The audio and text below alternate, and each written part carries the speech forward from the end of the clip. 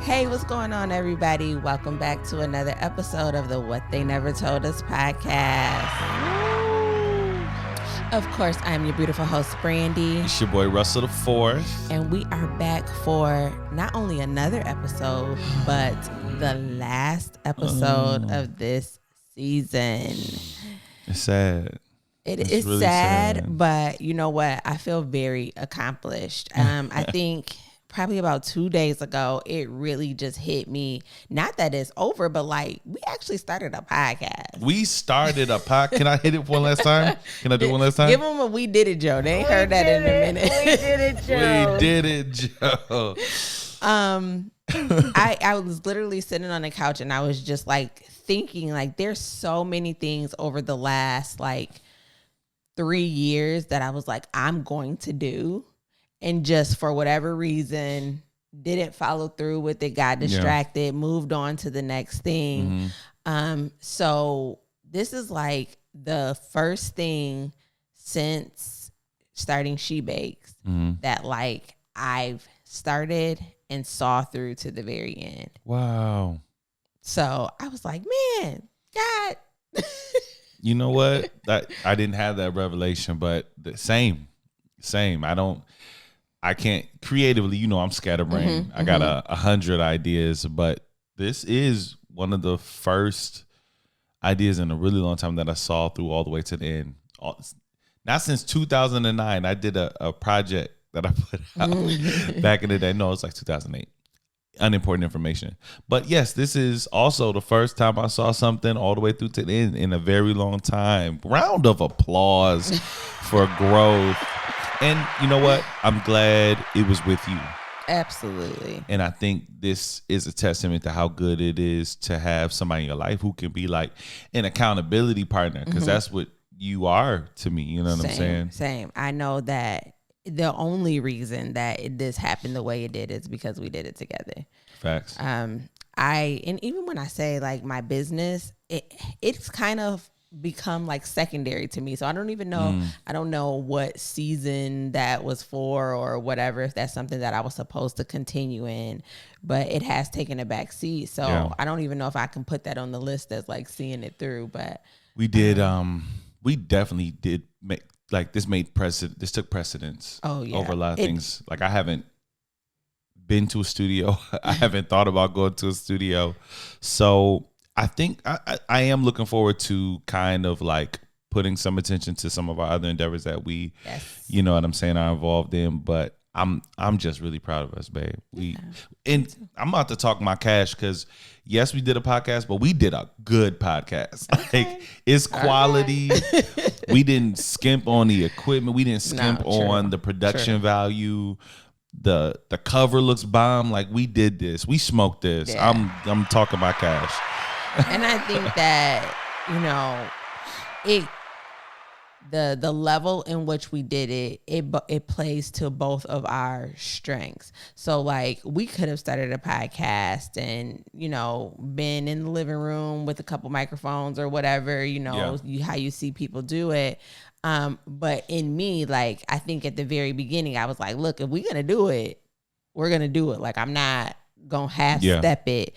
And I think that because that is part of my everyday life, like creating literally $1 million projects and things like that. Like I know I have a certain standard for myself. So I'm like, if we're going to do it, we're going to do it big. And then you knowing the technical piece of it and being able to put those things together, I think that you're right. We came out with a quality product that I'm very proud of. Like I wasn't sure in the beginning how it was going to turn out. I didn't know if people were going to receive it. I didn't know. We didn't know what it was going to be. Yeah, we could make it through a whole quote unquote season. But we was being led to do this. Oh, 100%. You know, and I think that kind of was the driving part.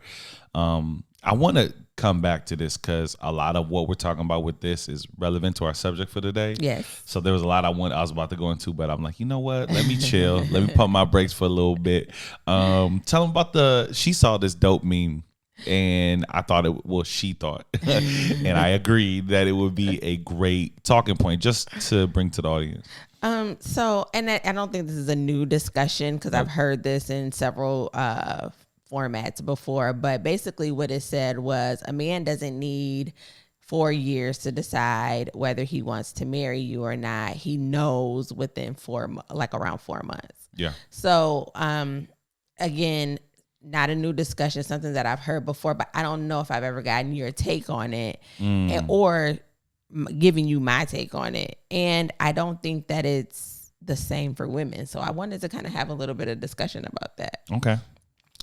So from a man's perspective, that post was from a woman speaking on a man's perspective. So what do you think about that? Well, the original post was a guy and it was reposted by a girl. I can say, and I don't think this is the same for everybody. And there are other factors in place. Like, of course, there's how transparent are you being within those 4 months? Do I know you completely? Are we being open? Do I feel like I have a good idea of who you are? Because there's a lot of people who date for 4 months, and then the 4 months, you're still learning a lot. You're being real, like, man, I didn't know that about you, you know? But I will say in the scenarios where you're being really intentional about it, that a man will know, can know. It's possible for a man to know within the first 4 months. I don't think that's the same for everybody, like I said, but it's possible for a man to know within the first 4 months whether or not he wants to spend the rest of his life with you. You know what I mean? Now, the advanced conversation is like him knowing that versus being ready to do that are two different conversations. Yeah. That process might take 4 years. You know what I'm saying? He might say, you know, I want to marry. Dang, you know what? I got to get all these things in order. I got to take care of this. I'm a little selfish in this area. I got to get my finances together. My credit is trash. Am I ready to be a dad? What if we, you know what I mean? Like there's so much other conversations around that. But I think there are cases where a man knows. I knew within the first 4 months, I was like, yep, I hear you, God. I hear you. Let me get my ducks in a row. Let me take some action. I know. In the first 4 months. I didn't know in the first 6 months. I don't think I knew in the first. It took me a good, I would say about 6 to 7 months to be like, okay. And I think that's because, one, I've been divorced and I knew I didn't want to go back to a situation that I would end up getting divorced in. So my guards were completely up. And although I knew that I loved you more than I've ever loved anybody else in my entire life, and I know that I could see you in my life forever, I think my hesitation was, do I actually want to get married again? And I went back and forth on that. So it wasn't like I never thought about it. I went back and forth, like, do I? Nah, I don't know if I really do. And I don't think I was solidified in that till probably about 6 or 7 months in.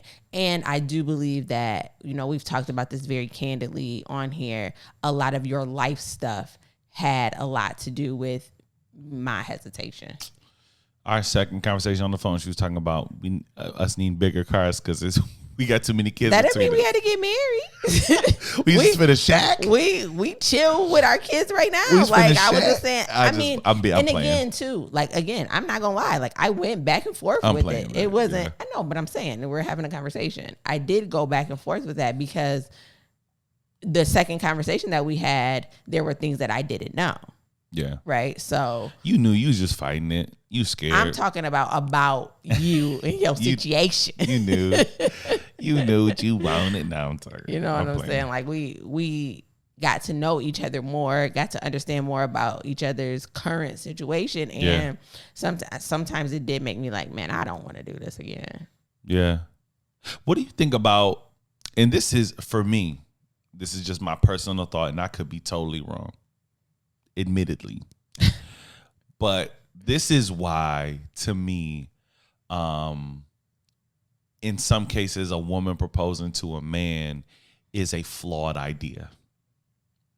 Because we have fleeting emotions? Like what's the flawed idea? The flawed idea is because I think for a marriage to work, a man has to be sure. And if a man has not asked you, there's reason behind that.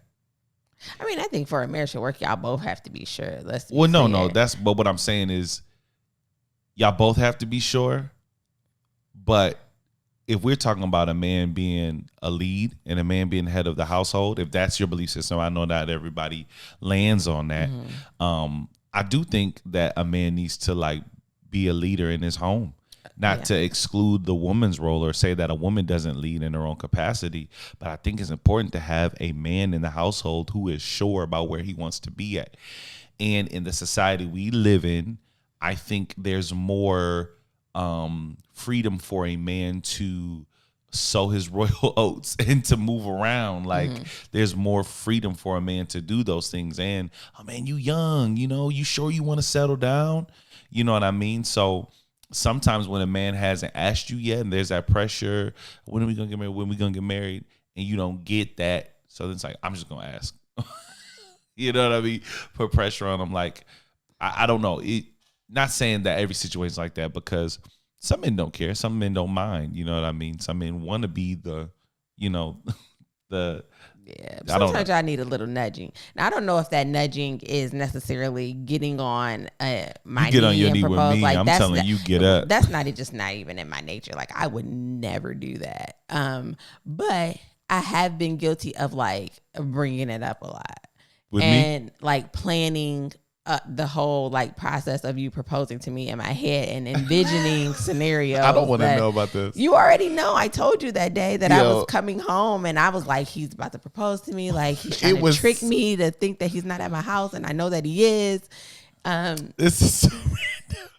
I'm just saying that like you're gonna sometimes y'all need a little nudging. No, we don't. Yes, you do. No, sometimes y'all need a little patience. Because I think that sometimes the hesitation is you may not be clear on whether or not she wants to marry you or she's ready. So sometimes you got to drop some hints. That's not true. Where did you get that from? Hey, where's your source? I'm ready. Where's your source? Look at this. Where's your source? I'm not wavering anymore. No, there needs to be. Made up my mind. There needs to be no pressure.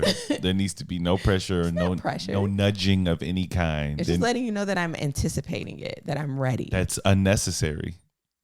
So you knew that I was ready.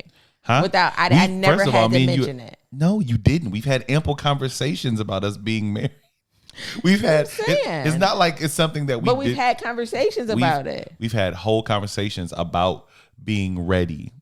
So, we've had conversations about our time frame, our timeline. So if that's our timeline, you don't need to say, "Hey, I remember one time we had a picnic."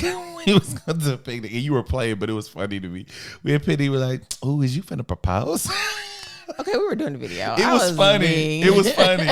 But that's an example of how some women would like drop hints. You were joking, of course, but a man does not need that. A woman needs to be sure that when a man asks you, it is 100% because he is sure in his mind that he wants to spend the rest of his life with you, and not because you're applying pressure and making it seem like it's not about pressure. It's just I'm not talking about you. Like I know, but I'm saying sometimes it's not. It is about pressure. A lot of times it is. Yes. But I mean, if a woman is bringing it up, it may not be her way of trying to pressure you. It's just her stating her desires to you. So you have to be able to determine what's pressure and what's not pressure. Because when I thought that these situations were going to happen where you were going to surprise me, I don't think it came off as me putting pressure on you. I didn't even tell you until way after the fact. Like, I thought you was about to propose there, but you didn't. Can you tell me? Give me the moments. I want to know the moments where we thought there was that one time. Was there any other time we thought I was going to propose? No, I don't think so. I maybe, but not for this platform. There's not. So I'm picturing these moments that I'm thinking like are really special to us, and like low key you're disappointed because you're like, I thought I don't think I was disappointed. You know how you just work a scenario up in your head, like you can imagine how things are gonna go, and if they don't go like that, it's not that you're disappointed. It's just it ain't. Top of the new year. What do you think? What? Me proposing. I don't think that you're going to tell me, so I think you're setting me up for failure. Christmas. So I'm not. Christmas Day. Around the tree. I don't want a Christmas proposal. You don't? No, if that's what, just so you know. Dang it, my whole plan is ruined. Yeah, okay.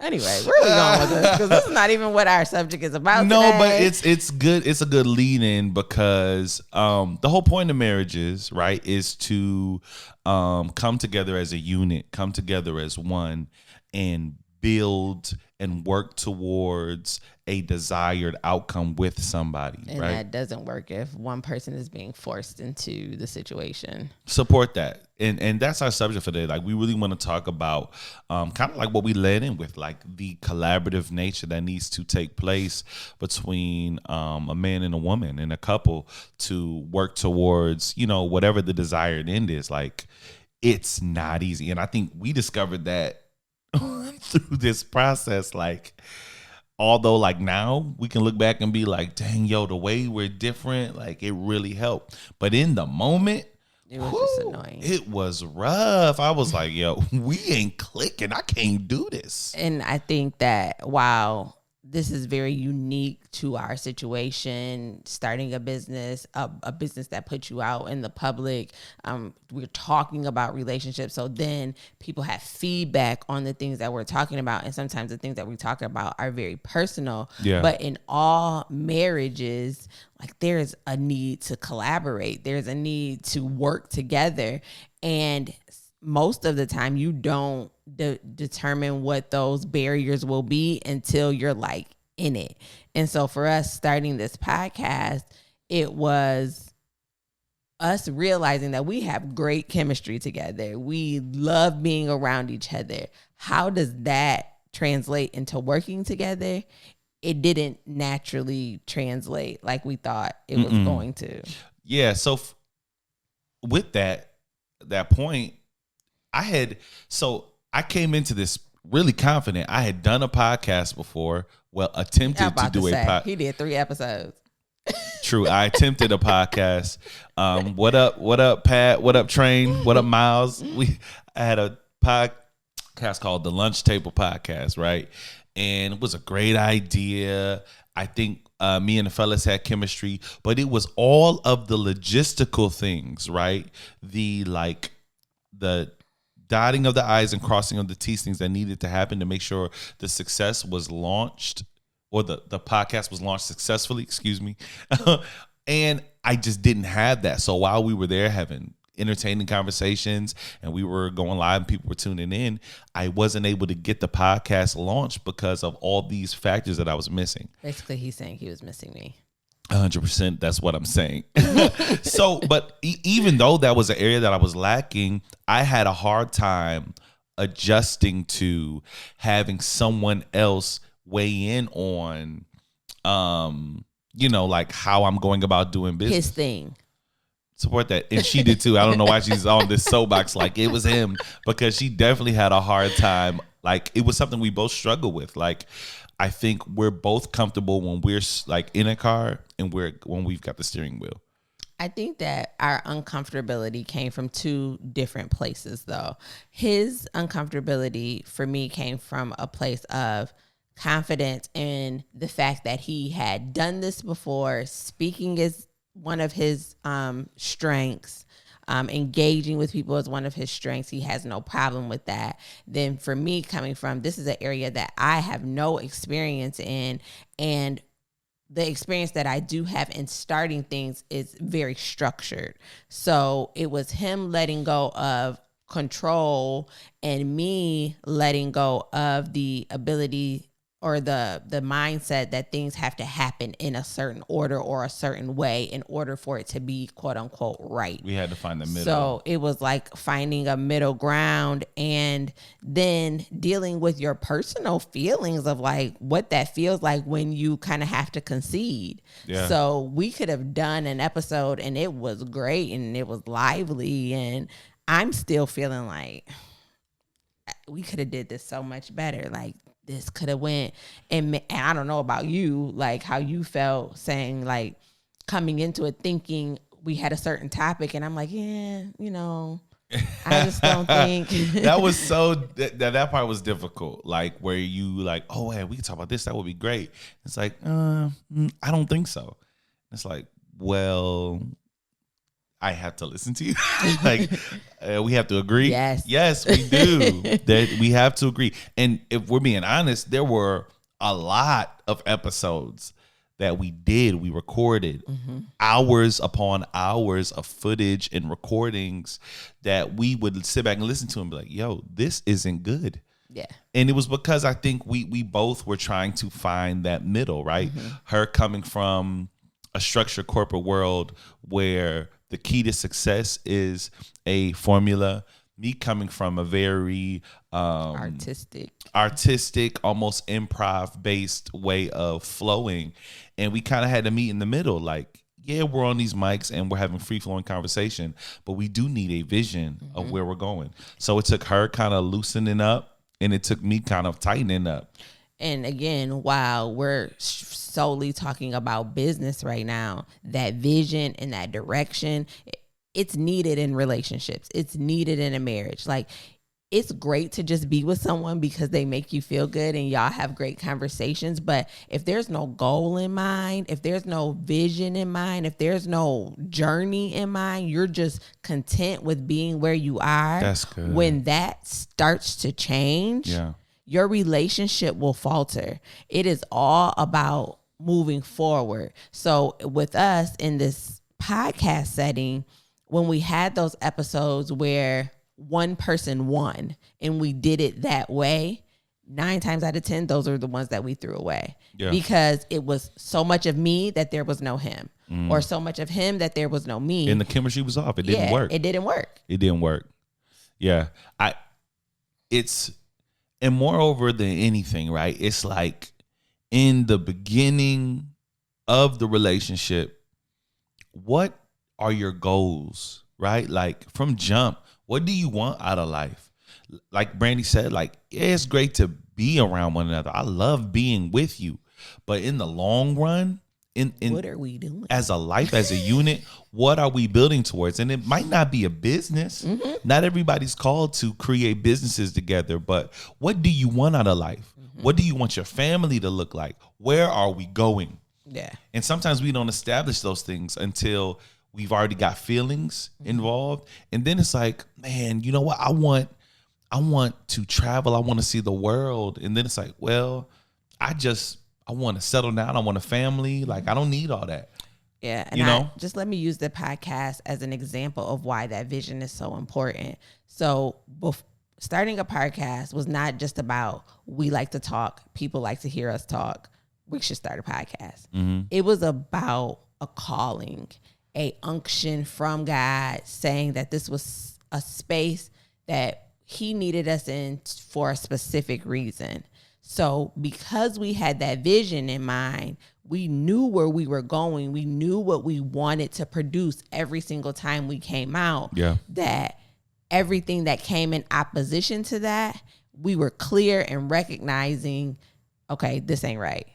This can't work that way because it was in opposition to the vision. When you don't have a vision and you're just going into a relationship or going into a scenario or a marriage, the opposition can come in and distract you and separate you from your purpose because you're not clear on your vision. The Bible says, I hate to have to go here right now in the beginning.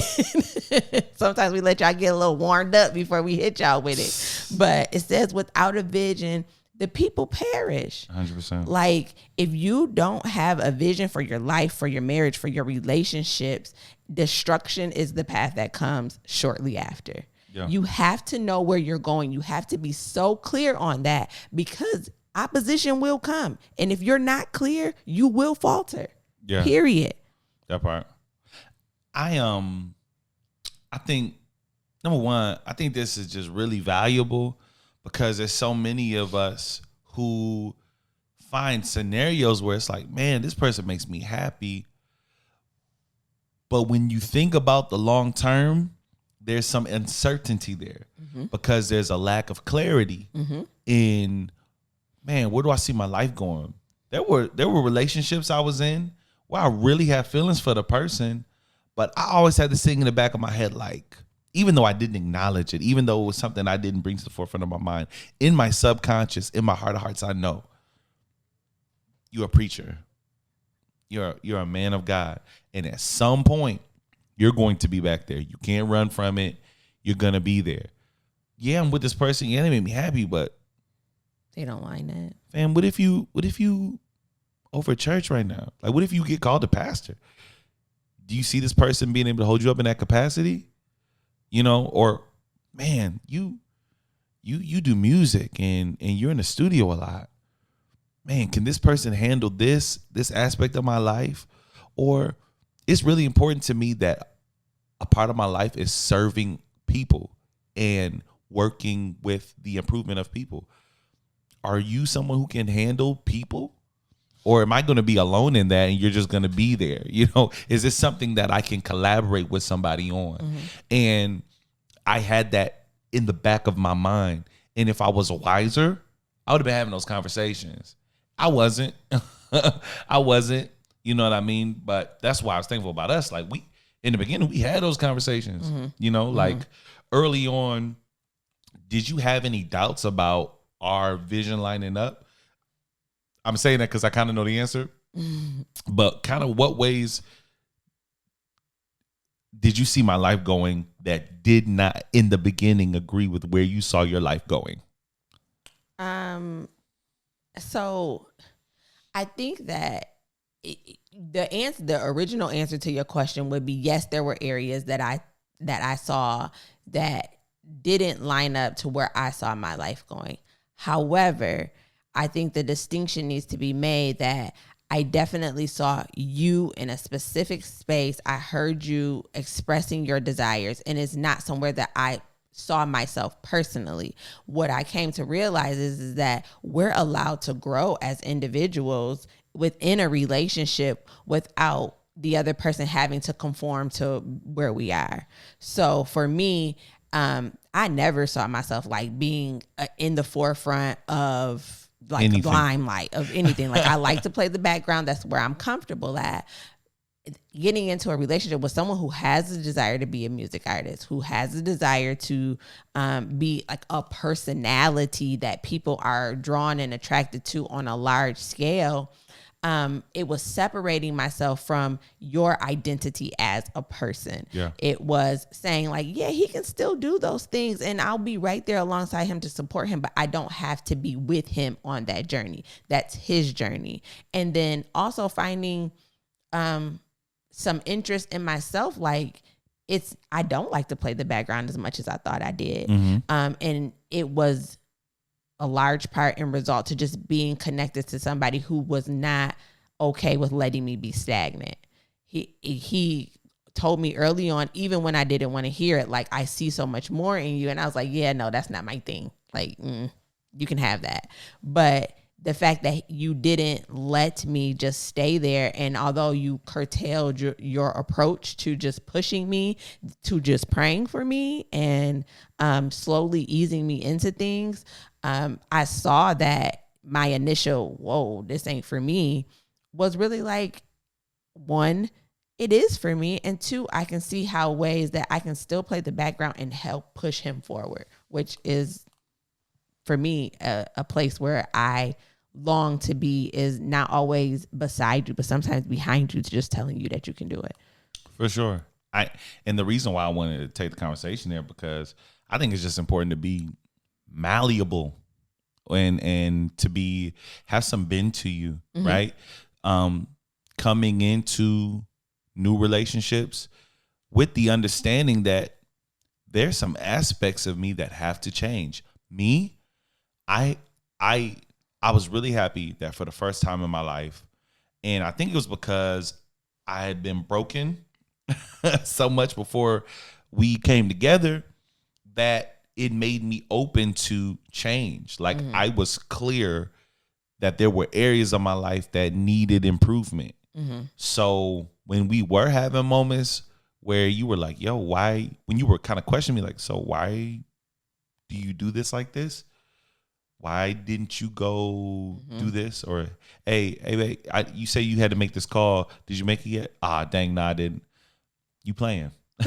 Like, and it was little stuff like that for the first time in my life, I found value in not the first time in my life, but I found value in substance that didn't feel good, right? So you calling me out on something I'm not doing well, or you calling me out on an area that needs improvement doesn't feel good to me, but I saw value in it for the first time in my life, right? Like you holding me accountable was something I saw value in, and I leaned in on it. And it was a huge growth process for me.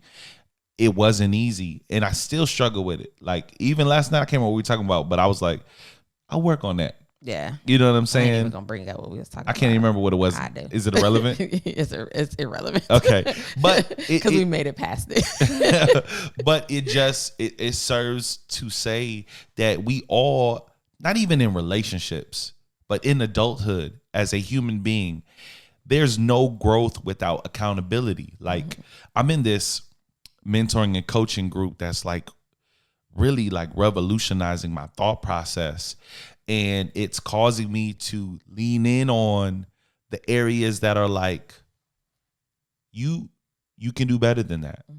Leading yourself well.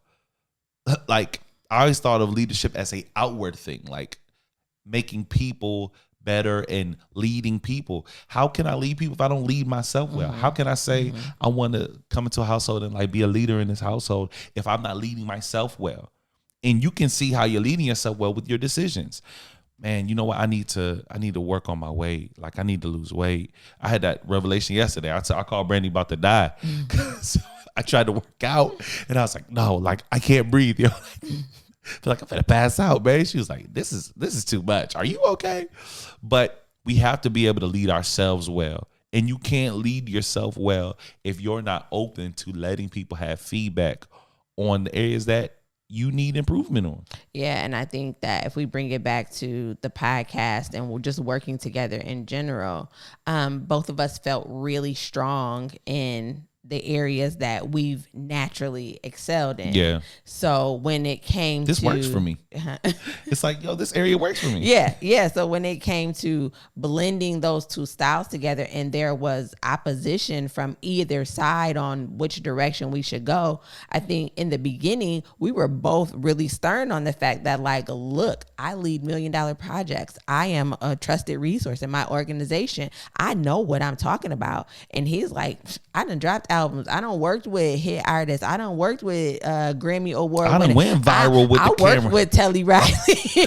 Talking is what I do. Just cut on the camera. Like I got this. But there was so much bravado and so much ego that when we were like, okay, well we just gonna do what comes natural. And when we got to do it, we literally trashed the first 5 episodes. Like this is like.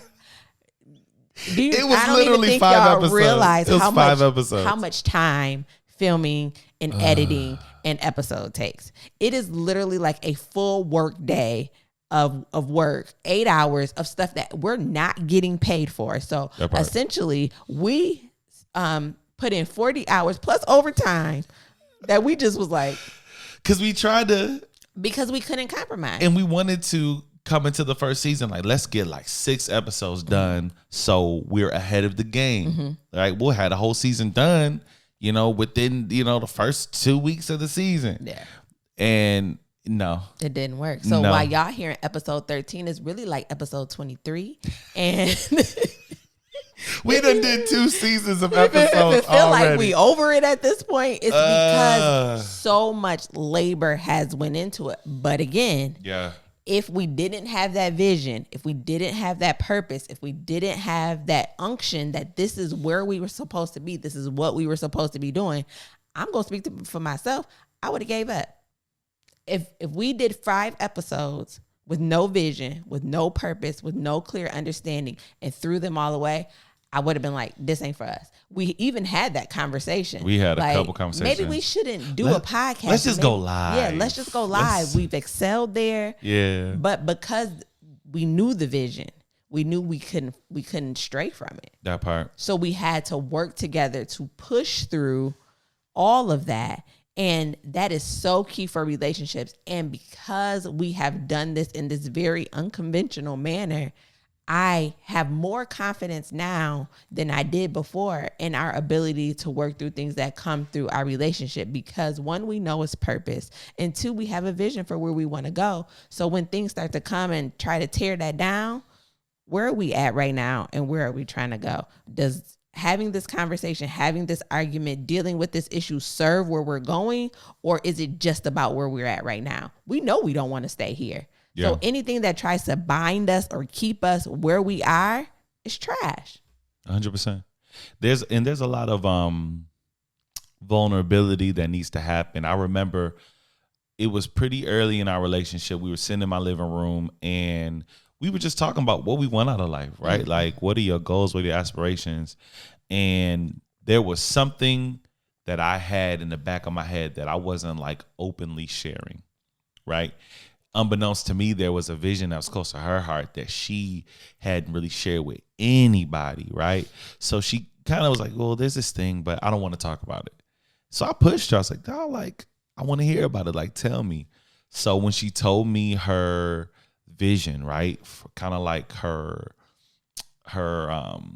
end that she had in mind, right, the thing that she's working towards, it was eerily close to a vision that I had in the back of my mind. And I shared mine. Like, well, I think I shared mine first. I was like, well, let me tell you mine, right? And it was like a, you show me mine, you show me yours, I show you mine type of thing. I was like, okay, I guess. But it, to me, I saw how before we even knew or even sure, like, okay, are we in this for the long haul? Is this going to result in a marriage? Is this that? We saw how our visions were already kind of aligned and kind of like stuff that God had put on our hearts individually lined up. And it was something that we can progress and work towards together. And we saw how, and I'm going to like kind of niche this conversation because I feel like it's just important, right? We both saw how there's so much area of value that we can give to our specific community, right? There's so like what's the word? Philanthropic endeavors that we both felt a pulling on our hearts to do, and it's so necessary, right? Like in our community, there's so many people that are just forgotten about. Like I work closely with that dynamic. You know, I work with young men in the system who a lot of people have said, like, you know what, like I'm not. I like you can tell that there's a large part of the system that has turned a blind eye to this, and it was like, you know what? I was just gonna say, can I just jump in real quick? Yeah. Because while we're talking about our specific community, and there are a lot of organizations in our community that wherever you are right now, they're there to help you. They're there to lift you up. So when we are talking about this vision that and this need that was unmet, what we saw was there's not a lot of work being done to take people further. Yeah. To push them further than where they're at. So I just wanted to make that distinction because we're not stepping on the many organizations that are here right now 100%. In our community working hard to help people where they are at. But yeah, when I say community, I'm not talking about. I'm talking about Black people. Okay, I'm talking about the effects of systemic things that were put in place that have kind of pushed our people into a margin of poverty and a poverty mindset, right? Like it wasn't until I was a full-grown adult and I'm talking to friends of mine who are white, and they're telling me about some of the teaching they had as young men, young women. I'm like, oh, I never was. Are you kidding me? Like you knew about credit scores? Well, hold on. What's your credit score? What? How? And they told me it was something that's been worked on since he was a kid. And to me, it's like, you know what? Something has to be done, right? And for me personally, and I hope I'm not advancing the conversation too far to where we won't make our way back to what we're talking about. But to me, it's like I'm tired of asking for help. and being like, hey, does anyone care? Like, why? Well, can we give some money to this? What about these people? Like, no, I'm getting the money in my hand, and I'm going to create the infrastructures that need to be put in place, right? And we that was something that we had a shared vision of. And as soon as for me, I don't know if you felt like this, but the moment you told me what yours was, like my chest was warm, my heart was on fire. I was like, wow, like look how this lines up. Like, did you see it in that moment? I saw it instantly. I was like, wow, okay.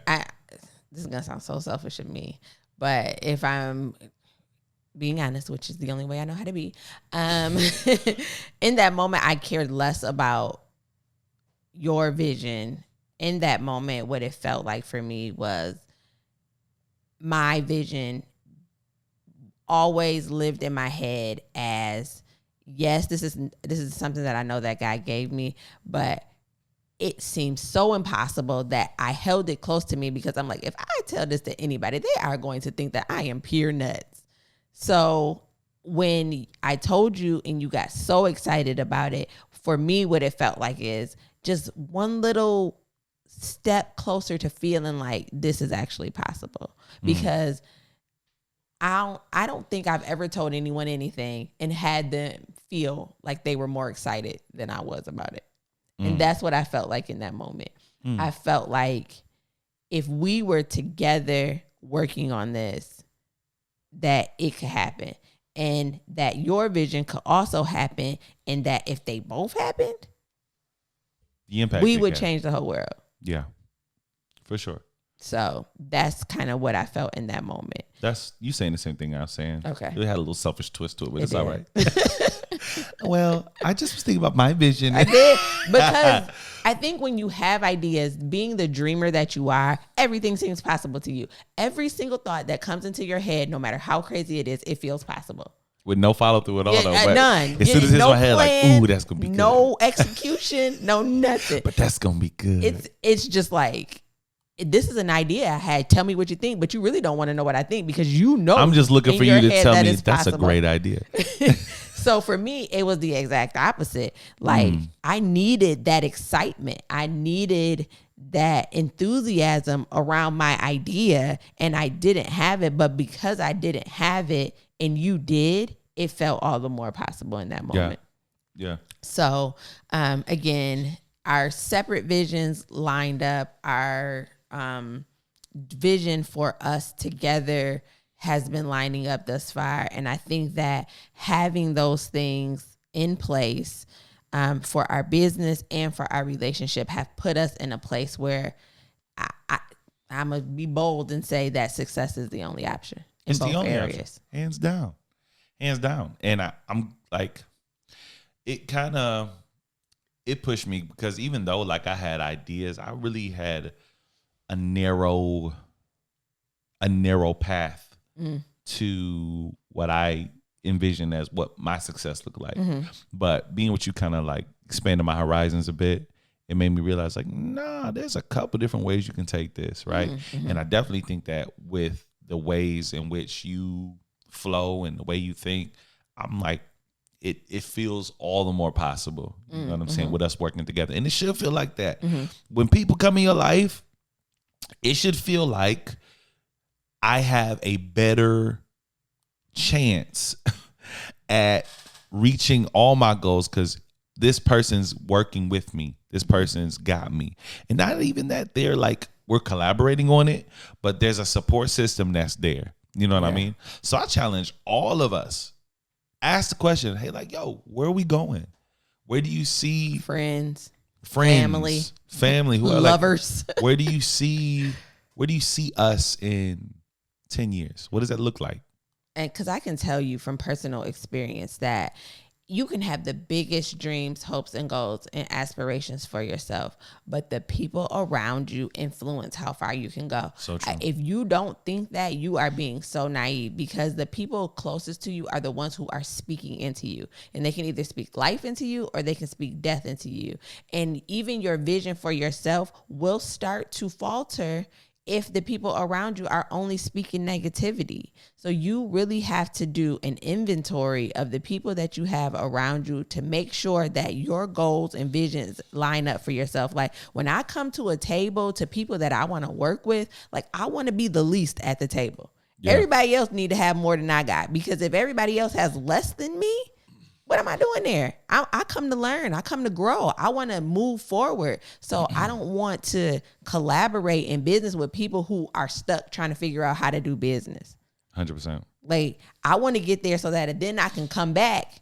And when you are the person who's saying, like, I want to be at the table with people who have more than me, you come to me to sit at the table so that I can pour into you.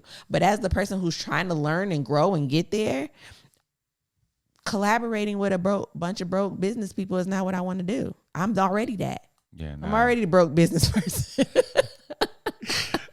I want to collaborate with the successful business people. That part. And collaboration is so key, man. And collaboration isn't just like working together. It's also like learning how to take a back seat. Mm-hmm. You know what I mean? I think in most positions, I've been the mouthpiece or the one out front, but I had to learn how to take a back seat and listen in this dynamic. And I'm telling you now, it's her being in my life has changed my life for the better. Like, I remember coming to her being like, oh, babe, I got this idea for this like new position at work. And if I didn't have like the ability to say, all right, babe, this is what you need to do. All right, so, hey, we're going to write a proposal. Like, your proposal here, let me send you an example proposal. Let me help you with this. She came over to my house. We was up late night clicking on a laptop, putting this proposal together. I created a position at my job that revolved around my skill set. Within that time frame from just over the year, I'm making $4 more an hour than I did before.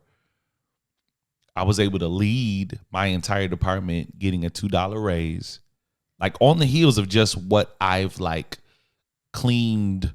What's the word? Gleaned from her, with another promotion on the table. Mm-hmm. You know what I'm saying? Like it's.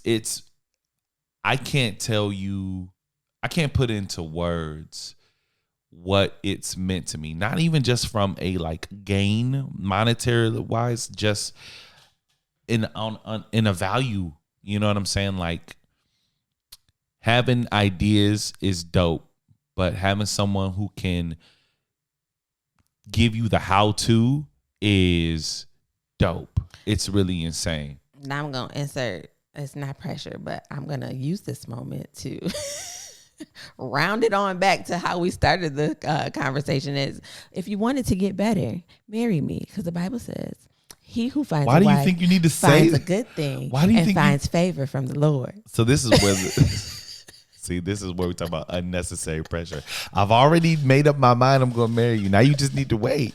Just wait. What is this for? It was a joke. Boo. I wish I had a boo button. It was a joke. Kinda. No.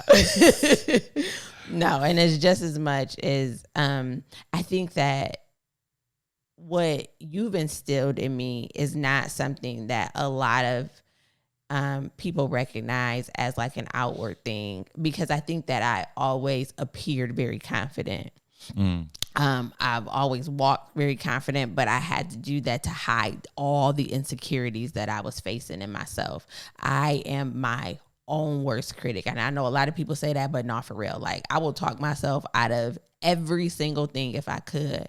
And what I believe that you have added to me is not false confidence anymore, but it's true confidence. And what you've always told me is what you think you see, you feel about me, you see in me, but you've always been able to back that up, one, with the word, and two, with prayers, and then three, with being there to be like, see, I told you so, when God makes it come to fruition. So I know that the things that you say to me are not just because you really love me, but it's because it's what God has placed in me, because he confirms it every time. Mm-hmm. And if I didn't have you speaking life into me every single day when I'm like, I just can't do this, I don't think that I would have been able to be in a position that when God came to say, yep, this is yours, walk into it, I would have been ready. You helped me get ready for my next.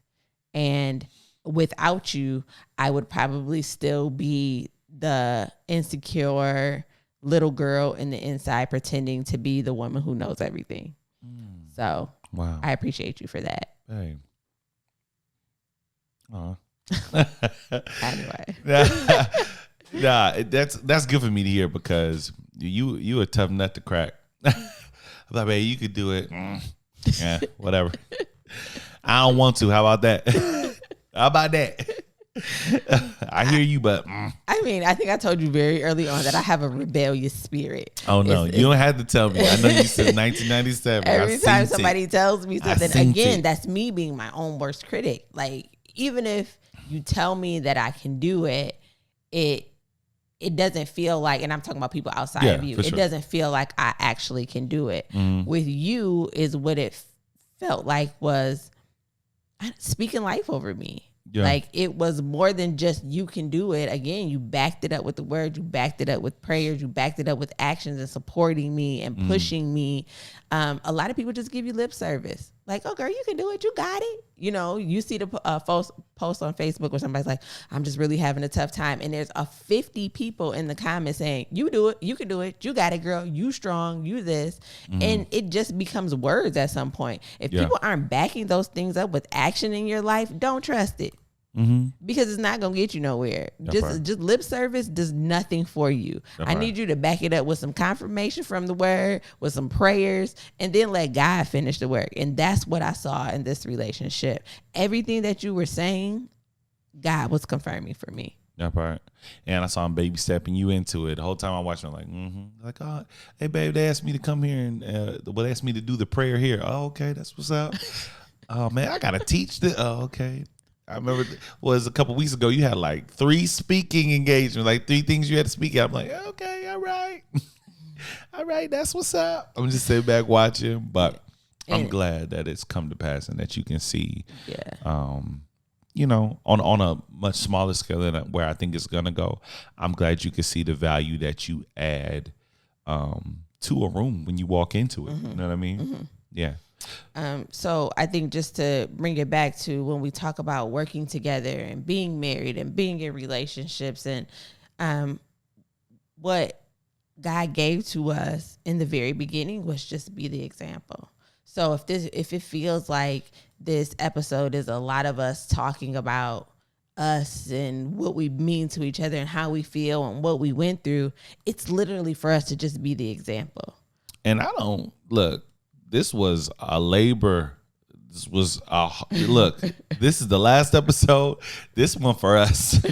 So I hope y'all can see how this is applicable to your life. But I gotta be honest with you. I'm being a little selfish right now because I'm proud of us. Yeah, we and like to what you're saying, right? It's an example of how when you have a true nature of collaboration between you and the person that you love, what's possible, right? And what can happen when y'all come together. And you know, this is just the beginning, you know what I'm saying? But hopefully, y'all will see how the continued leaning in on this and the continued attention to this detail, you're going to see how it pushes us and it keeps pushing us and how it's going to grow. Y'all going to see it. Yeah. And I think just as we wrap it up, when we're talking about your relationship and working together and being married, in our context with starting this podcast, these things are heavily relied on how people receive it, right? Yeah. So the feedback that we get from y'all, the numbers that we see on our podcast, analytics, all of that are outward indications of how we're doing. When you're in a relationship and you're working together, the outward indications of how you are doing, checking the temperature of your endeavors, should all be external factors, but the internal stuff should be as solid as a rock. So just for an example, our numbers, instead of going up as we have progressed have been going down. So I think that if we didn't have a vision in mind, if we weren't solid where we are, those external things could cause us to waver. But instead, we're preparing for a second season. We're preparing for other endeavors because it is about reaching y'all. And it's not about reaching everybody. Like, we know that there's a certain nation attached to us that we have been called to reach. And if we just reach those people, then we've done what we're supposed to do. Everybody else is just bonus. If it's 50,000 people who tune in next season, y'all bonus. The 35 who always listen, those are the people who we've been called to. So I think that in a world where the likes and the shares and the reviews and the people loving on you is so prevalent, when it comes to being solid in a relationship, solid in a business, the people in it are the people who matter the most. And you can never lose sight of that because of if the other stuff doesn't line up with it. 100%. 100%. So we are excited, looking forward to the future. We are going to be live tonight. So if you're listening to this on the day it's released on Tuesday, tonight we're going to be live for our season wrap party. So yes, we'll be live 8:30 p.m. ish. Join us. We're going to be in a different location. I know you're used to seeing the sacred orange wall behind us with the R&B and the greenery. It's going to be a different look, and we're just looking forward to it. We got some things lined up, so it's going to be dope. Join us then. And yeah, this whole idea behind this platform, the idea behind this brand is just loving out loud, right? And like Brandi said, being an example, right? Not that it's always good or that it's always perfect, but it's always intentional and it's always moving forward. And that's what we're about. So I can't say thank you enough to y'all who have rocked with us. And y'all have been amazing. And we love y'all. Absolutely. Round of applause for y'all. So much. So as we close out the season, there will still be some more footage. I want y'all to think we just are going on our merry way. There's still going to be things that we've done. Subscribe to our YouTube channel. That's where you can stay up to date with us. You know, see us there. So yeah, as always, our social medias are down below. Email, what else is there? Instagram, Facebook, YouTube, Cashapp again. No, he's just playing. Listen, I don't have anything else. I'm just really excited for what the future holds, and I'm really excited, and I'm thankful for what you guys have made this platform. And guess what? We love. Oh, it's the last one. Wait, I'm sorry. First of all, I was surprised because you hit the button. You don't ever hit the buttons, and I didn't know it was coming. You see what I'm saying? Do it again. Do it again. Not my thing, his thing. See, he just can't go with the flow. Do it again. Messed it all up. I'm ready now. I got to learn to be more on this Johnny on the spot. Let's go. We love. And y'all should love too. Bye. Peace.